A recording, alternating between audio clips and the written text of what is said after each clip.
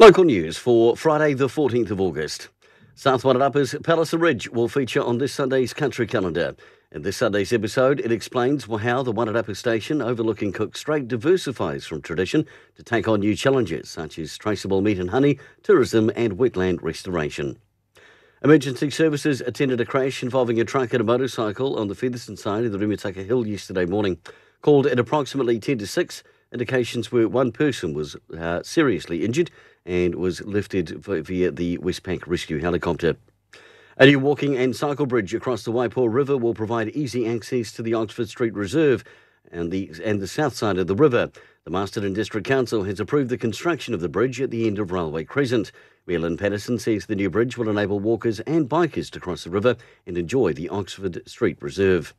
And in sport, all junior hockey is now cancelled this weekend, and a decision on Premier Rugby and netball is expected later today. Kia ora for local news and sport. I'm Brent